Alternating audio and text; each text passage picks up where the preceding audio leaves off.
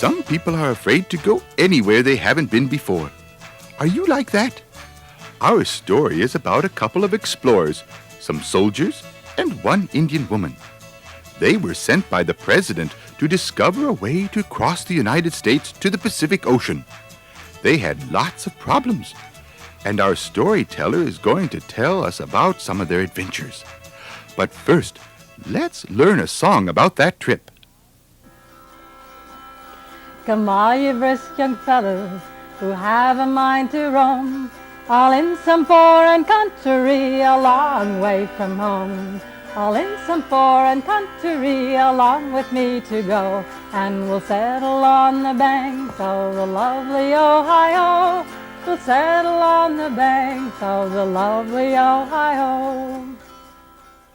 Come all ye brisk young fellows who have a mind to roam, all in some foreign country a long way from home. All in some foreign country along with me to go, and we'll settle on the banks of the lovely Ohio. We'll settle on the banks of the lovely Ohio. A foreign country? Ohio? Sure, it was a foreign country until 1803, and that's the year that Ohio became a state. Same year that President Thomas Jefferson doubled the size of the United States of America by signing the Louisiana Purchase. But then he wondered what was out there.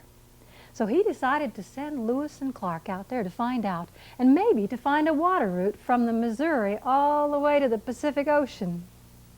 Traveling was a little slower than it is now. They set out in May of 1804 from St. Louis. There were 33 of them. And we're not going to follow them the whole way. We're going to follow them down their last river to the sea. That was the mighty Columbia.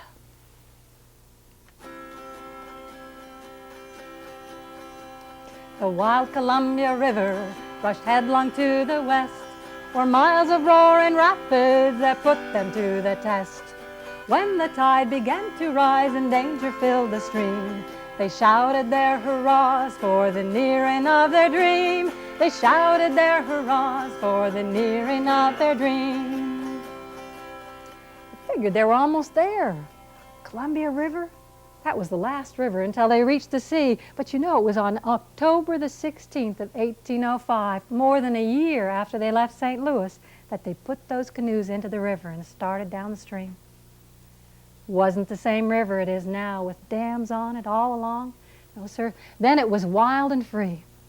They'd put their canoes in, and then they'd come to some rapids that would be so fast and so steep, and the Columbia would be so narrow they'd have to portage. That meant they took everything out of the canoes, lifted it on their backs, carried it up and around some of the roughest, rockiest terrain you can imagine, loaded their canoes again, got back in the canoes, started down the river. Took them a long time, as you can imagine.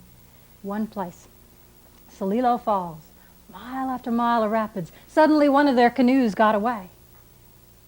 And it would have ended up all the way down in the Columbia, except for a surprising thing. The Indians down below caught that canoe and brought it back to them. You see, all along the way, the Indians had been very helpful. Helpful and friendly and curious, guided them along the way, taught them how to live on that land. So of course they brought that canoe right back to them. But you see, they had some help too. The Indians knew that they had come in peace, partly because they had a woman with them. Her name was Sacagawea, and she was a Shoshone woman. She was the wife of one of their interpreters. When the Indians saw her, they knew that Lewis and Clark had come in peace.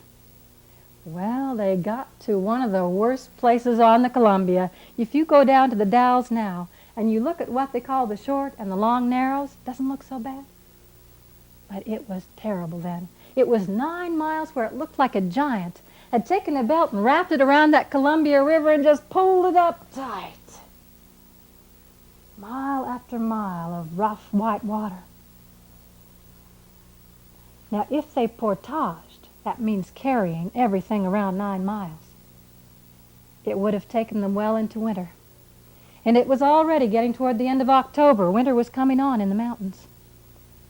They didn't have much choice but to go on through. But Cruzat, he knew water. He took a look at that water, and he thought they could make it. But it didn't make them feel too easy to look up on both sides of the canyon and see that there were Indians lined up on both sides, looking down to see what those fool white men were going to do with this water.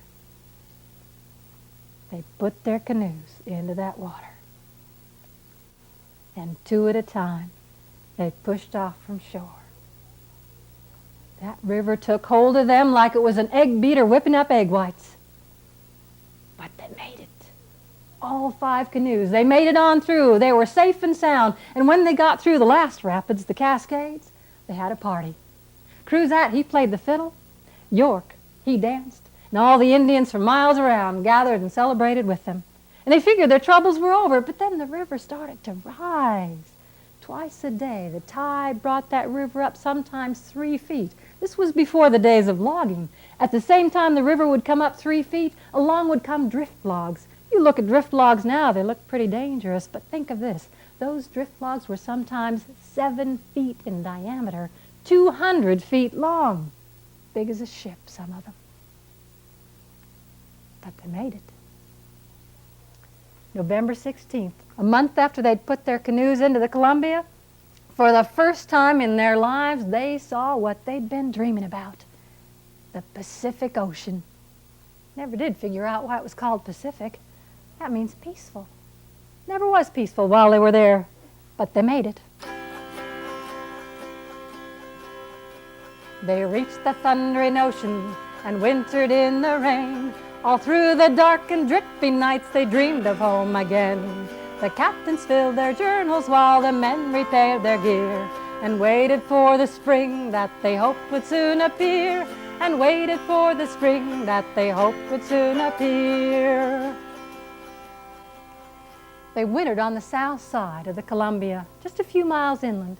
They built a fort there, Fort Clatsop, named after some friendly Indians nearby. Pretty simple fort.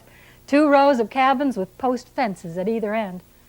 Not so much to keep them safe, but because the Indians were so friendly and curious, the only way they could get any peace at night was by closing the gates at each end. By Christmas, they were finally under dry roof. And they celebrated Christmas. They ate well on Christmas Day. Why, I bet you would envy them.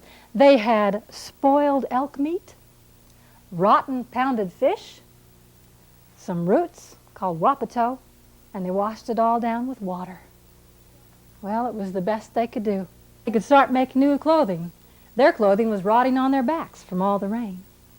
Every day the captains would write in their journals all about the plants and the animals. They made maps. Everything about the Indians that they met. All about customs and languages along the way. The men were mighty lonely. They wanted to get back home. They salted down meat and made new clothes, made 338 pairs of moccasins that winter, and waited to start home.